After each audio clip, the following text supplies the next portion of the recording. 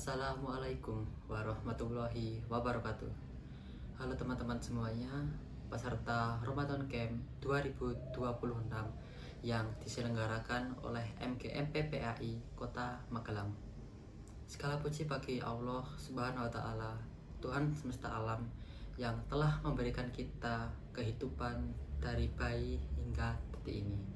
Tak lupa sholawat serta salam kita haturkan kepada junjungan kita Nabi besar Muhammad Shallallahu Alaihi Wasallam yang kita nantikan syafaatnya di yaumul kiamah. Allahumma amin.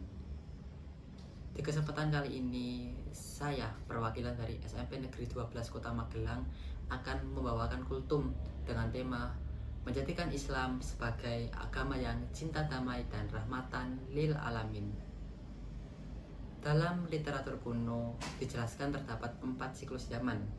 Pertama, Satya Yuga, zaman di mana kebenaran dan keadilan berada di titik tertingginya dan bisa dikatakan berada pada angka 100%.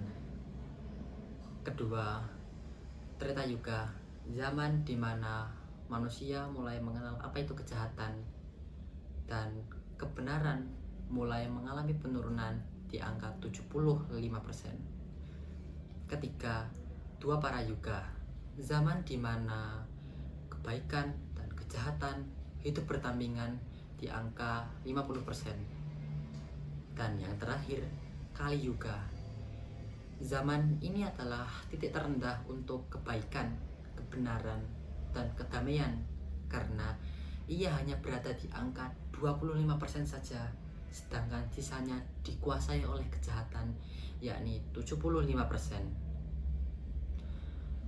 Sekarang tahun 2026 dan 1447 Hijriah, kita telah memasuki zaman Kali Yuga. Dalam agama Islam, Kali Yuga disebut sebagai akhir zaman. Di tengah akhir zaman ini, pastinya agama Islam datang sebagai pembawa kebenaran dan rahmatan lil alamin.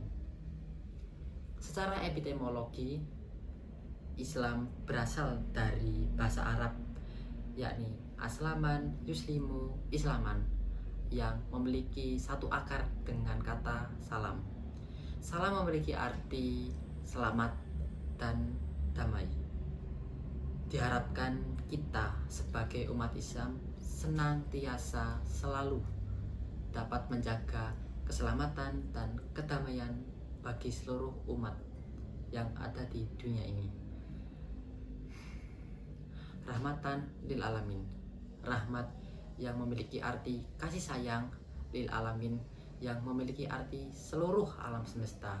Islam sebagai rahmatan lil alamin adalah agama yang senantiasa memberikan kasih sayang, kebenaran, dan keadilan bagi seluruh umatnya tanpa terkecuali.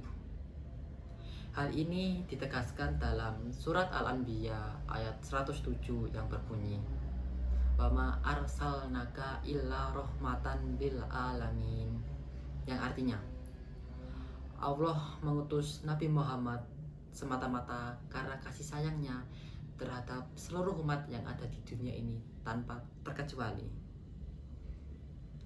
Bagaimana kita dapat menciptakan keadilan, kebenaran, dan kedamaian di tengah-tengah akhir zaman ini? Terdapat dua konsep yang bisa menjadi solusi akan masalah tersebut. Pertama, stoisisme atau pengendalian diri. Stoisisme adalah sebuah aliran filsafat yang mengajari kita tentang pengendalian diri. Hikmah atau bijaksana. Bijaksana menyuruh kita untuk senantiasa berbuat bijak dalam setiap langkah hidup kita. Kedua, al-adl atau keadilan. Keadilan bisa kita raih dengan melakukan hal-hal kecil, yakni tidak membeda-bedakan teman dan tidak memandang sebelah mata teman kita sendiri. Yang kedua, konsep 3 pilar kebenaran. Kedamaian tidak mungkin berdiri di atas ketidakbenaran. Kebenaran pastinya memiliki pilar. Pertama, satya atau sidik. Kebenaran harus bersifat fakta, jujur apa adanya, dan tidak berbohong. Yang kedua, hita atau manfaat. Sebuah kebenaran harus bisa bermanfaat bagi orang lain. Ketiga, pria. Kaulan liana. Kebenaran harus bisa disampaikan dengan cara yang baik agar tidak menyakiti perasaan orang lain.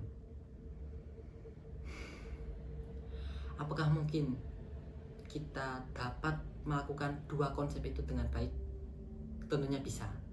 Dengan semangat yang kuat dan motivasi rahmatan lil alamin, kita pasti bisa untuk menciptakan perubahan, menciptakan dunia penuh dengan keadilan, kebaikan, kebenaran, dan penuh dengan kedamaian. Sebagai penutup, saya ingin mengajak kita semua merenungkan satu pertanyaan ini. Apakah benar dengan kultum saya yang singkat ini akan menciptakan perubahan? Dan apakah jika kita tidak bisa menciptakan perubahan itu sendiri, layakkah kita disebut sebagai umat Islam yang baik? Daun akan berguguran di musim gugur dan akan kembali lagi di musim semi. Sebagaimana saya, terima kasih atas waktu yang telah diberikan kepada saya untuk menyampaikan kultum dan semoga bermanfaat bagi kita semua. Insya Allah di lain waktu saya akan kembali dengan tema yang berbeda. Terima kasih telah mendengarkan kultum saya, dan jika saya memiliki kesalahan, saya meminta maaf sebesar-besarnya karena manusia tidak luput dari yang namanya kesalahan. Terima kasih. Wassalamualaikum warahmatullahi wabarakatuh.